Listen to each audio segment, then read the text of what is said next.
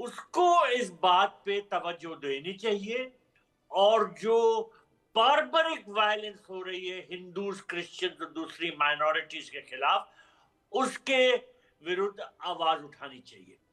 तो ये बात स्पष्ट है कि ट्रंप सरकार जो है वो बहुत कड़ा रुख लेगी और ले रही है बांग्लादेश के प्रति।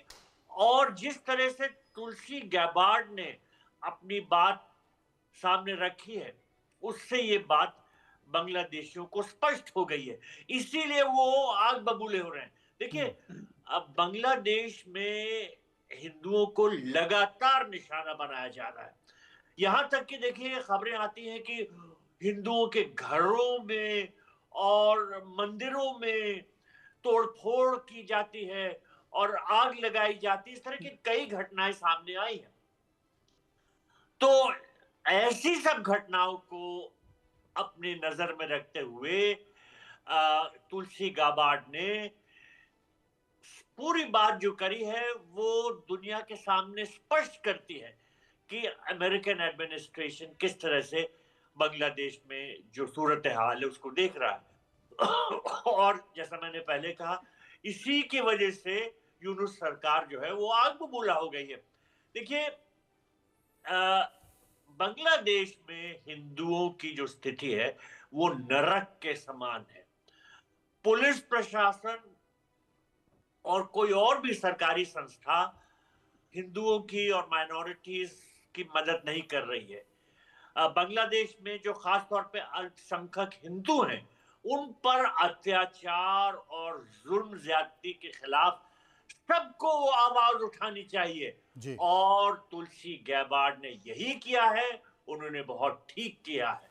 तुलसी गैबार्ड ने कहा है कि बांग्लादेश में हिंदुओं, बौद्धों, ईसाइयों और अन्य धार्मिक अल्पसंख्यकों को लंबे समय से उत्पीड़न उनका हो रहा है। और उन्होंने कहा कि इन लोगों की हत्या, उनके साथ दुर्व्यवहार की घटनाओं से अमेरिकी सरकार और राष्ट्रपति ट्रंप भी चिंतित है। तो जो संदेश है वो पूरी तरह से स्पष्ट तौर पर बांग्लादेश सरकार को चला गया है। और जैसा मैंने कहा, इसी वजह से बांग्लादेश सरकार परेशान है। और जो उनके बयान आ रहे हैं वो दिखा रहे हैं कि वो क्यों आग बबूला है, वो क्यों परेशान है, जी। क्योंकि उनकी असलियत दुनिया के सामने रख दी गई है। जी। अरविंद सिंह तेजावत मेरे साथ मौजूद हैं, विदेशी मामलों के जानकार हैं। अरविंद जी, आप क्या मानते हैं, अगर ऐसा हो रहा है तो इसके पीछे का कारण क्या है? मनोज साहब, पहली बात तो मुझे ये लगता है कि बांग्लादेश है वो अमेरिकन डिप्लोमेसी की प्रायोरिटी नहीं है। जो भी बयानात दिए जा रहे हैं वो भारत को ध्यान में रखकर दिए जा रहे हैं। इसका मतलब ये हुआ कि आप मोदी साहब और ट्रंप साहब की मुलाकात को याद कीजिए, जिसमें ट्रंप साहब ने बोला था कि मोदी साहब जो करना चाहे बांग्लादेश का कर सकते हैं। अमेरिका की मुख्य चिंता ये है कि भारत उसके पाले में बना रहे और वो जो चीन और जो ब्रिक्स के माध्यम से भारत जो डिप्लोमेसी खेलता है या जो संघाई संगठन का जो हिस्सा है वो उसका आगे हिस्सा ना बन पाए और अमेरिका के साथ ही बना रहे। तो तुलसी गबार्ड का जो बयान है वह हमें इसी संदर्भ में देखना चाहिए। दूसरी बात ये कि जो उन्होंने बयान दिया है वो तो सच है ही। हिंदुओं की आबादी बांग्लादेश के जन्म के समय जो लगभग 24% थी, वह गिरकर अब 8% के आसपास आ गई है। तो वो कहाँ गए? माइग्रेशन हुआ, उनकी हत्या हो गई या कुछ और हुआ है? तो जो उन्होंने बयान दिया है वो तो ये बात अलग है कि भारत की पूर्ववर्ती सरकारें इसलिए नहीं देती थी कोई बयानात इन सारी चीजों के बारे में क्योंकि उनको ये लगता था कि यह बांग्लादेश का आंतरिक मामला है और भारत बांग्लादेश से संबंध कोई खराब नहीं करना चाहता है। तो यह मुद्दा था। तुलसी गबार्ड का जो पूरा जो बयान है वो हमें इसी संदर्भ में देखना चाहिए। मनोज साहब, वाकई इसे संदर्भ में देना चाहिए। शोएब चौधरी मेरे साथ मौजूद हैं। शोएब चौधरी, ये भी जानकारी आ रही थी कि क्योंकि पाकिस्तान की सेना, वहाँ की आईएसआई तो लगातार बांग्लादेश में देखी जा रही है और बांग्लादेश के सैनिकों के साथ वो भारत की सीमाओं का दौरा भी कर रहे हैं, वहाँ पर रणनीति भी बना रहे हैं।